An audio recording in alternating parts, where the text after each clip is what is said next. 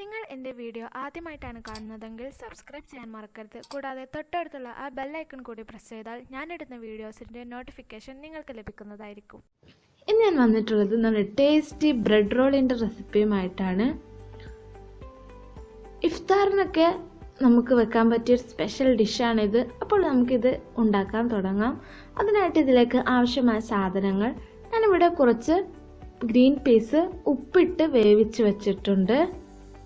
അതുപോലെ തന്നെ ഇതിലേക്ക് ആവശ്യമായ മസാലപ്പൊടികൾ 1 ടീസ്പൂൺ മുളക് പൊടി, 1/2 ടീസ്പൂൺ മഞ്ഞൾപ്പൊടി, 1/4 ടീസ്പൂൺ ഗരം മസാല, പിന്നെ 2 പച്ചമുളക് നന്നായിട്ട് അരിഞ്ഞു വെച്ചിട്ടുണ്ട്. നിങ്ങളുടെ എരിവിനനുസരിച്ച് പച്ചമുളകിൻ്റെ എണ്ണം കൂട്ടുകയും കുറയ്ക്കുകയും ചെയ്യാം. അതുപോലെ തന്നെ ഒരു കഷ്ണം ഇഞ്ചിയും വെളുത്തുള്ളിയും അരിഞ്ഞു വെച്ചിട്ടുണ്ട്. പിന്നീട് നമുക്ക് വേണ്ടത് കറിവേപ്പിലയും അതുപോലെ 1 ടീസ്പൂൺ നല്ല ജീരകവുമാണ്. ഇതിലേക്ക് പ്രധാനമായിട്ട് ആവശ്യമായത് പൊട്ടറ്റോ ആണ്. ഞാനിവിടെ 3 വലിയ പൊട്ടറ്റോ വേവിച്ച് ഉടച്ചു വെച്ചിട്ടുണ്ട്. അപ്പോൾ നമുക്കിത് ഉണ്ടാക്കാൻ തുടങ്ങാം. ഇതിനായിട്ട് ആദ്യം തന്നെ പാൻ ചൂടായതിനു ശേഷം 1 ടേബിൾ സ്പൂൺ വെളിച്ചെണ്ണ ഒഴിച്ചു കൊടുക്കാം.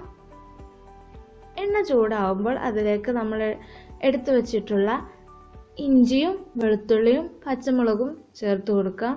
എന്നിട്ട് ഇതിനെ നന്നായിട്ടൊന്ന് സോട്ട് ചെയ്തെടുക്കാം.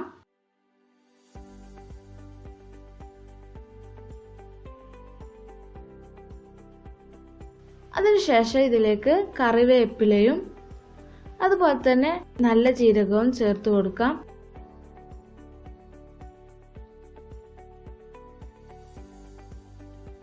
ഇതെല്ലാം ഒന്ന് മൂത്ത് വന്നതിന് ശേഷം നമുക്കതിലേക്ക് മസാലപ്പൊടികളൊക്കെ ചേർത്ത് കൊടുത്തിട്ട് അതിൻ്റെ പച്ചമണം മാറുന്നത് വരെ വഴറ്റിയെടുക്കാം.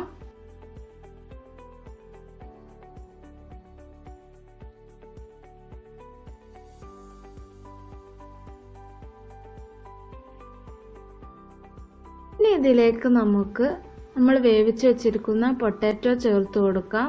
എന്നിട്ട് നന്നായിട്ട് മസാലപ്പൊടിയും പൊട്ടാറ്റോ ഒക്കെ നന്നായിട്ടൊന്ന് മിക്സ് ചെയ്തെടുക്കാം.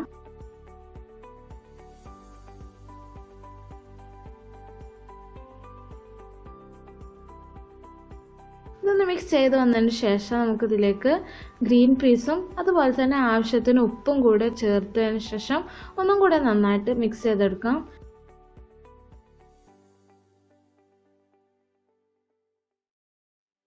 ഇപ്പോൾ നമ്മുടെ ഫില്ലിങ് റെഡി ആയിട്ടുണ്ട്.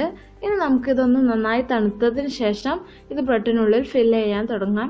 അപ്പോൾ അതിന് തന്നെ ആദ്യം നമുക്ക് വേണ്ടത് ബ്രെഡാണ്. ബ്രെഡും അതുപോലെ തന്നെ പാലും വേണം. അത് നമുക്ക് ആദ്യം തന്നെ ഈ ബ്രെഡിൻ്റെ ഒക്കെ ബ്രൗൺ സൈഡ് കട്ട് ചെയ്ത് മാറ്റണം.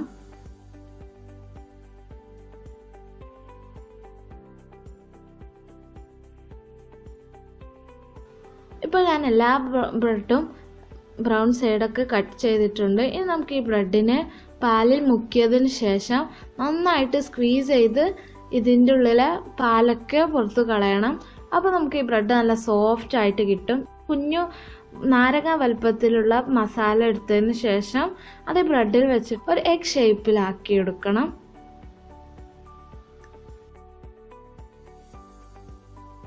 ഇങ്ങനെ നമുക്ക് എല്ലാം ചെയ്തെടുക്കാം. ഇപ്പോൾ നമ്മുടെ ബ്രെഡൊക്കെ നന്നായിട്ട് ഷേപ്പാക്കി വെച്ചിട്ടുണ്ട്. ഇനി നമുക്ക് ബാക്കി വന്ന ബ്രൗൺ സൈഡ് കളയേണ്ട ആവശ്യമില്ല. ഇതുകൊണ്ട് തന്നെ നമുക്ക് ബ്രെഡ് ക്രംസ് ഉണ്ടാക്കിയതിന് ശേഷം നമുക്ക് ബ്രെഡ് കോട്ട് ചെയ്തെടുക്കാം. ഇപ്പോൾ നമ്മൾ ഈ ബ്രൗൺ സൈഡൊക്കെ പൊടിച്ച് ബ്രെഡ് ക്രംസ് ആക്കിയിട്ടുണ്ട്. ഇനി നമുക്ക് ഈ ഓരോ ബോൾസും നമുക്ക് ബ്രെഡിൽ കോട്ട് ചെയ്തെടുക്കാം.